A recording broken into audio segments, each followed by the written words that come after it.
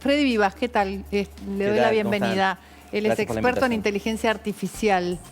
Sí, estaba escuchando atentamente. Sí, buenísima la charla. ¿Y cuál es la tecnología que se utiliza para ver estos datos y para poder descifrarlos?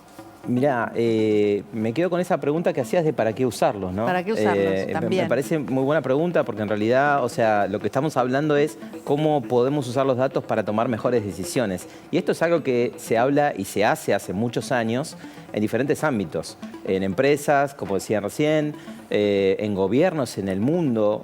Hay ciudades construidas a través de lo que dicen los datos, ¿no? Pensando en la comodidad y en el bienestar de las personas.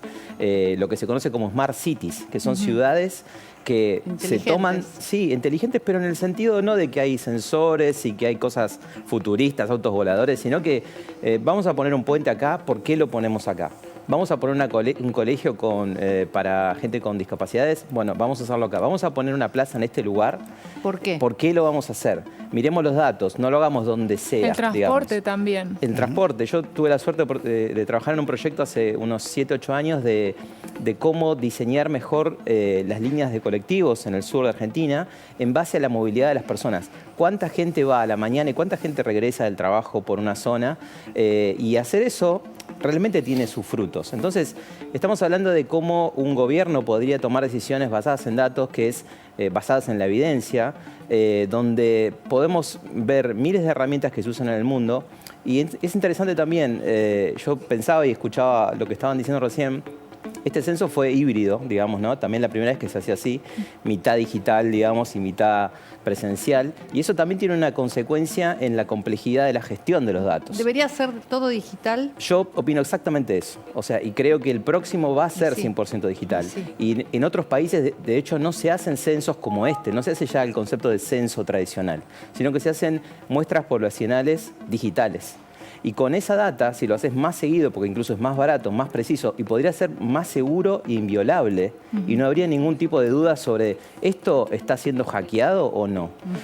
Hoy ya existen las tecnologías para que eso no pase. De hecho, si no, nadie compraría algo con tarjeta de crédito online, nadie usaría el home banking.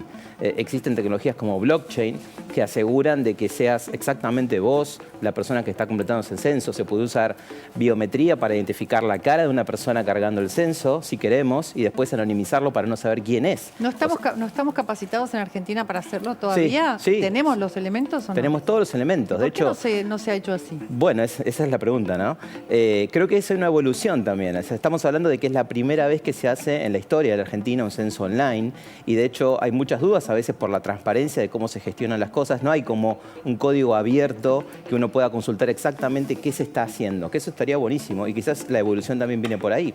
Pero tecnológicamente en Argentina tenemos empresas que saben muy bien cómo hacer esto, por lo tanto hay talentos para desarrollar este tipo de tecnologías, ¿no? Somos vanguardia en, por ejemplo, diseñar soluciones tecnológicas de seguridad informática. Algunas de las empresas más importantes del mundo usan proyectos creados en Argentina. Entonces, eso significa que se podría hacer, pero primero, bueno, esta conversación es cómo lo hacemos digital. Funcionó, creo que el 40 y pico, 50% de la gente lo hizo online, lo cual me parece bastante bien para la primera vez. Es bastante, ¿no? Para mí 45%. Sí, con todas las conversaciones de fondo que había, de que hay seguros, se pierden datos.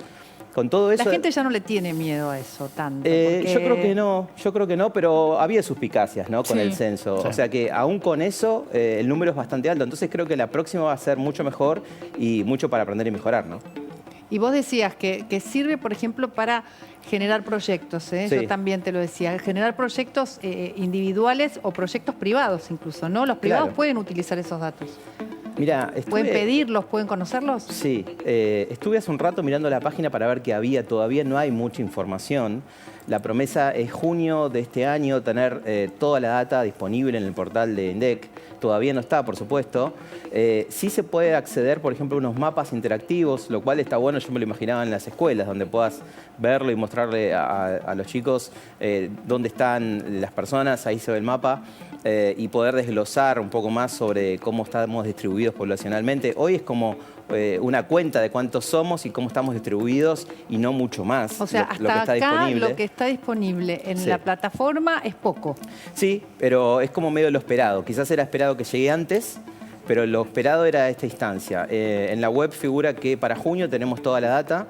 En el portal se va a poder bajar esto en formato de Excel, por ejemplo, lo cual es interesante porque esto viene también conectado con un concepto que se llama datos abiertos o Open Data en inglés, que es una iniciativa mundial donde todos los países del mundo están obligados y también se les promueve que puedan abrir más datos, por ejemplo, de transparencia de gestión, dónde están todas las bicisendas de Buenos Aires, dónde están todos los puntos de venta de estaciones de servicio del país. Eso ya hoy está puesto en los portales de Argentina y de gobierno de la ciudad, con lo que las personas pueden usar esos datos. Ese trabajo no lo hace Google, perdón. ¿Cómo? Ese trabajo no lo hace Google por nosotros.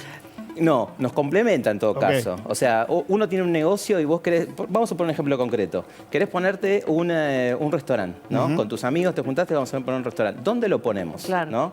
¿Podés usar Google? Sí. Porque Google, por ejemplo, podés acceder a la data de una zona geográfica, cuántos bares hay y qué puntuaciones hay. Si vos decís, hay 100 bares acá que hacen comida mexicana, bueno, voy a hacer uno de comida peruana, ¿no?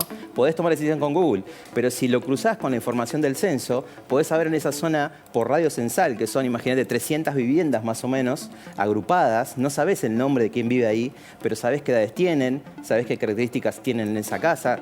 Podés cruzar fuentes de datos nuevas para tomar una decisión más efectiva, no tirarte la intuición, digamos. Muy bien. Freddy, Julieta. Sí, con el tema vos hablabas de que en el futuro podría existir la posibilidad de que lo hagamos todos de forma digital. Argentina tiene cobertura, de telefonía celular como para hacerlo desde un celular, pero ¿cómo resolverías por ahí los lugares en que no hay conectividad o cómo resuelven los países en el mundo esto?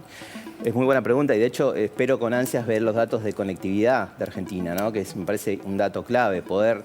Y también creo que se haya hecho después de la pandemia también sirve porque hay mucho movimiento poblacional. Hay mucha gente que se fue desplazando, por ejemplo, del sur, a Pinamar. Sí. Creo que Ushuaia creció... Es la ciudad que creció más en Argentina, es casi como algo contraintuitivo, digamos, ¿no? No hubo tanto crecimiento en las grandes ciudades, sino que hubo desplazamiento a lugares más turísticos, digamos. La gente cambió por el estilo de vida y el trabajo remoto también va a hacer que tengamos que desarrollar mejores redes de telecomunicaciones. Por lo tanto, el dato de saber cuánta gente conectada y qué tipo de conexión tenemos es algo que estaría buenísimo, porque la economía del conocimiento es la tercera economía de la Argentina, por lo tanto hay mucho talento para exportar, diseño gráfico, programación, inteligencia artificial, lo que sea al mundo, pero para eso necesitamos Internet. Entonces hoy no está resuelto del todo. Todos deberían tener Internet. Todos deberíamos tener Internet. La pandemia demostró que es un diferencial para estudiar, para trabajar, para hacer todo. Entonces, sí, los datos que daban hace unos años, por lo menos, era que teníamos 1.5 celulares por persona. Sí. En celulares es alto, el tema es hogares. Y hay muchos celulares con conectividad limitada. O sea que tenés 4G, o 3G incluso a veces, pero un par de horas por día, o no pagás un plan de datos. Entonces, por ahí chicos que acceden solo cuando van al colegio o cuando van a un restaurante. Cuando tienen a dónde conectarse. Van a un shopping, ¿Cómo usar? Hago una pasada de limpio en todo. Incluso antes hablábamos del tema inmobiliario, lo vinculo con las ciudades que van a crecer mucho. ¿En dónde está Argentina capacitada justamente, en función de estos datos que se ven en esta primera instancia justamente del censo, para crecer mucho, incluso de esto, ¿no? Con el tema del trabajo del futuro, digo? Bueno, creo que hay mucho para crecer en términos de lo que se puede hacer, posibilidades en el mundo. Es tremendo porque yo conozco amigos y mismo yo tengo una empresa que se dedica a inteligencia artificial y ciencia de datos, que exportamos ese tipo de conocimiento y te abre las posibilidades de, por ejemplo, uno de mis socios se fue a vivir a Bariloche. Y él dijo, empezó la pandemia y dijo, chicos, es lo que quiero hacer, me voy a trabajar allá. Pero hay ya nuevos hubs, en Mendoza, en Córdoba, está ese gen como para que esas ciudades crezcan todavía mucho más. Pero lo que te dicen la gente que vive en esas ciudades, que se mudó ahí o que viven ahí, te dicen, nos falta un montón, nos faltan coworks, nos falta mejor internet, nos faltan grupos, espacios para poner oficinas acá. Ya está pasando, pero muy lentamente.